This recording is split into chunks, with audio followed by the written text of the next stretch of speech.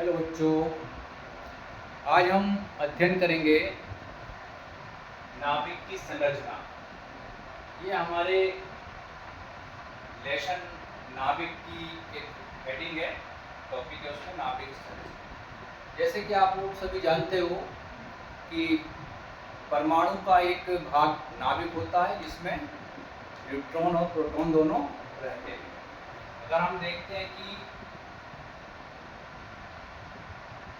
ये छोटा भाग नाभिक और ये बड़ा भाग उसकी कक्षाएं, इलेक्ट्रॉन और ये इसके अंदर आपके प्रोटॉन और न्यूट्रॉन, इसको कहेंगे हम न्यूक्लियस यानी नाभिक।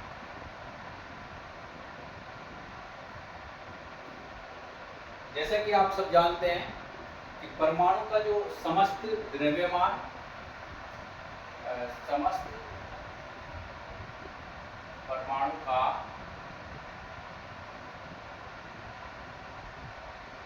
समस्त द्रव्यमान व धनावेश एक छोटे, एक सूक्ष्म भाग में निहित होता है। ये छोटा भाग इस छोटे भाग में निहित होता है और इसी में उसका संपूर्ण धनावेश, संपूर्ण आवेश, धनावेश, संपूर्ण द्रव्यमान इसी भाग में निहित होते हैं। इसी भाग को नाभिक कहते हैं। यही वाला जो भाग है इसका नाभिक कहलाता है। अब हम इसमें देखते हैं कि इसकी और क्या क्या प्रॉपर्टी हो सकती है। एक तो जो नाभिक है, नाभिक की त्रिज्या, नाभिक की त्रिज्या जो है वो होती है 10 की घात -15 मीटर की कोटि की,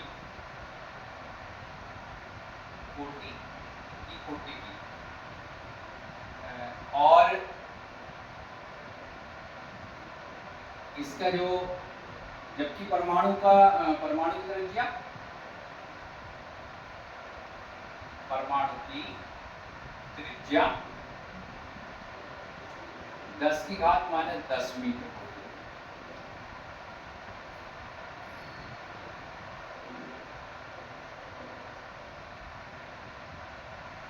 देख रहे हैं, बहुत छोटा है। परमाणु के सामने नाभिक की त्रिज्या जो है बहुत ही छोटी है, बहुत इसके सामने बहुत छोटी है। नाभिक में प्रोटॉन और न्यूट्रॉन दोनों ही होते हैं। नाभिक प्रोटॉन व न्यूट्रॉन दोनों से मिलकर बना होता है, दोनों से मिलकर बना होता है। जो नाभिक है इन दोनों से मिलकर ही बना होता है। जबकि इलेक्ट्रॉन जो है इसके चारों ओर चक्कर लगाते रहते हैं। इलेक्ट्रॉन, ये आपका इलेक्ट्रॉन, जबकि इलेक्ट्रॉन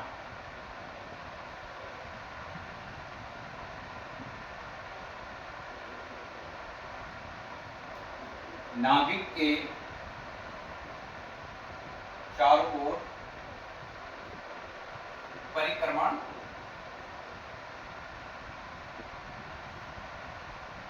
करता रहता। साथ ही साथ परमाणु अनावेशित होने के कारण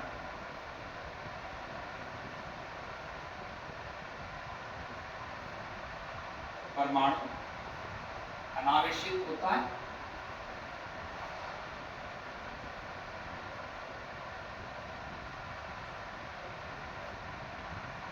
होने के कारण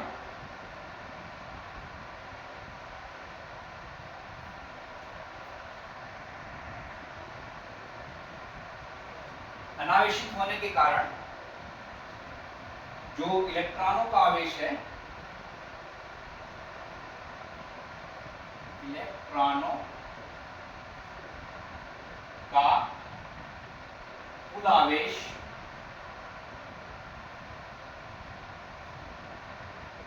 प्रोटॉनों के कुल आवेश के बराबर होता है। जैसा कि आप जानते हैं इलेक्ट्रॉन जो है वो ऋणावेशित होते हैं, तो प्रोटॉन धनावेशित, तो ये दोनों एक दूसरे को बैलेंस करते हैं। दोनों क्या करते हैं? एक दूसरे को बैलेंस करते हैं। अब यदि हम लेते हैं किसको? न्यूट्रॉनों और प्रोटॉनों को यदि हम लेते हैं, न्यूट्रॉनों और प्रोटॉनों की संख्या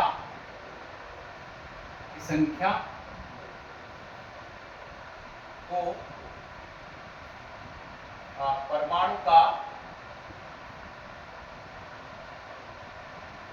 परमाणु की द्रव्यमान संख्या A कहते हैं।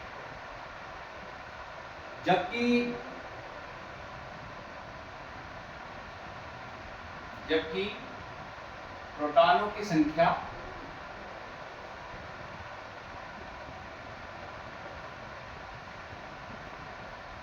को नाभिक का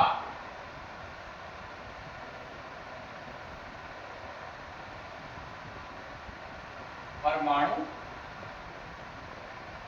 क्रमांक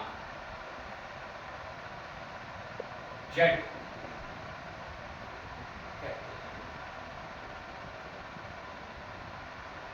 परमाणु क्रमांक Z कहते हैं। जो इनका प्रोटॉनों की संख्या होती है परमाणु क्रमांक Z, और यही इलेक्ट्रॉनों की संख्या के बराबर होती है, क्योंकि इसके जो नेगेटिव यानी धनावेश और ऋणावेश को ये संतुलित करते हैं। साथ ही न्यूट्रॉन व प्रोटॉन को न्यूक्लियन भी कहा जाता है। न्यूक्लियन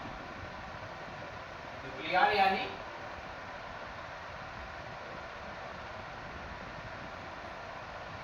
न्यूक्लियस में रहने वाले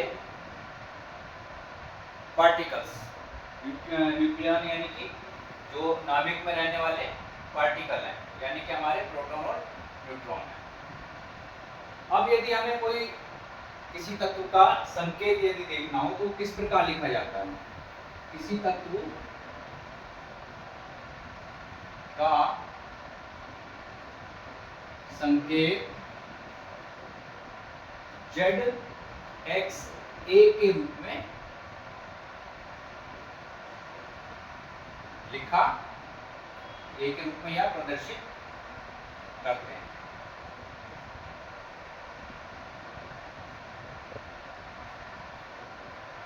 इस प्रकार से नाभिक के बारे में सारी इंफॉर्मेशन हमको मिल जाती है। अब इसमें आगे हम देखेंगे नाभिक का वर्गीकरण। नाभिक का वर्गीकरण, नाभिक का वर्गीकरण।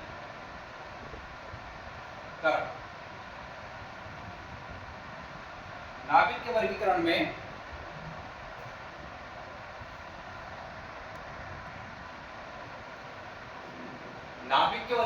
पहले हम देखते हैं कि परमाणु भार। परमाणु भार ये किसके इक्वल होता है? प्रोटॉनों की संख्या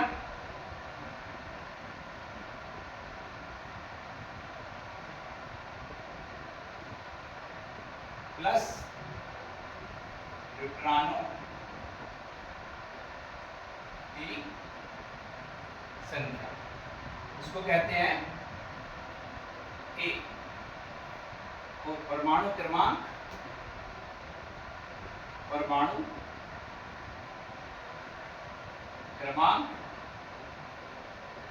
ये होता है परमाणु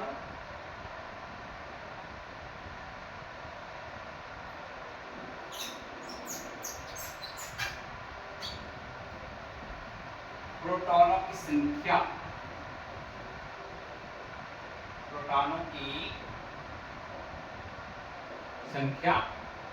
बराबर इलेक्ट्रॉनों की संख्या। इसको जेड से प्रदर्शित करें। यानी कि इसमें हम देखते हैं जो परमाणु भार होता है वो प्रोटॉनों की संख्या न्यूट्रॉनों की संख्या को यदि हम जोड़ देते हैं तो उनको परमाणु भार मिल जाएगा। और यदि परमाणु क्रमांक को लेते हैं तो परमाणु क्रमांक जो है वो प्रोटॉनों की संख्या जो होती है वही परमाणु क्रमांक है, और इलेक्ट्रॉनों की संख्या भी परमाणु क्रमांक के इक्वली होती है। इसको हम जेड से प्रदर्शित करते हैं। अब इसके आगे कुछ डेफिनेशंस हैं।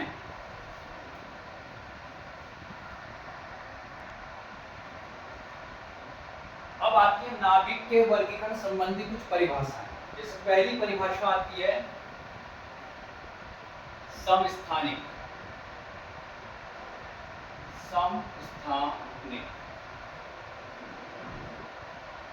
आइसोटोप्स।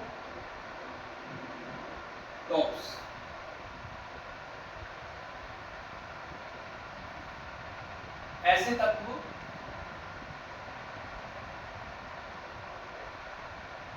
जिनके परमाणु क्रमांक तो समान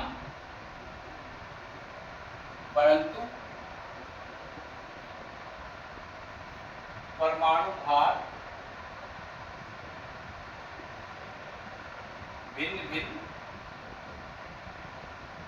होते हैं। जैसे H2 के 3 समस्थानिक, उनके नाम है 1H1 से बोलते हैं प्रोटियम, 1H2 से बोलते हैं ड्यूटेरियम, तीसरा है 1H3 ट्राइटियम। दूसरी डेफिनेशन है समभारी आइसोबार।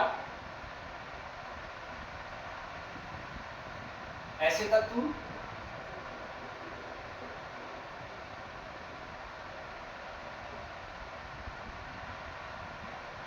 जिनके परमाणु भार समान परंतु परमाणु क्रमांक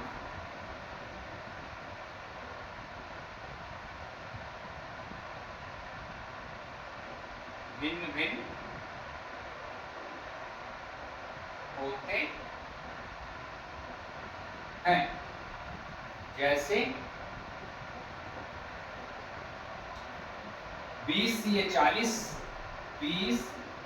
CH40 और 18 AR40। यहां देख रहे हैं आप इनके जो परमाणु भार दोनों के समान है। इसके अलावा 6C14, ये तो एग्जाम्पल नंबर 1 हो गया, ये दूसरा हो गया 6C14 और 7N14, ये भी परमाणु भार इनके समान है, ये भी जो है समभारी है। अब इसमें एक आती है नई हेडिंग सम न्यूट्रॉनिक, आती है सम न्यूट्रॉनिक।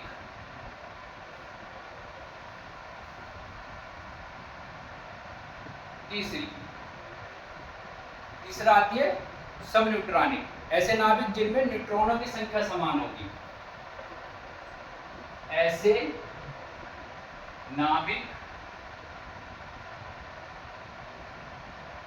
नाभिक जिनमें न्यूट्रॉनों की संख्या समान होती है। जैसे न्यूट्रॉनों की संख्या समान होती है, जैसे 3Li7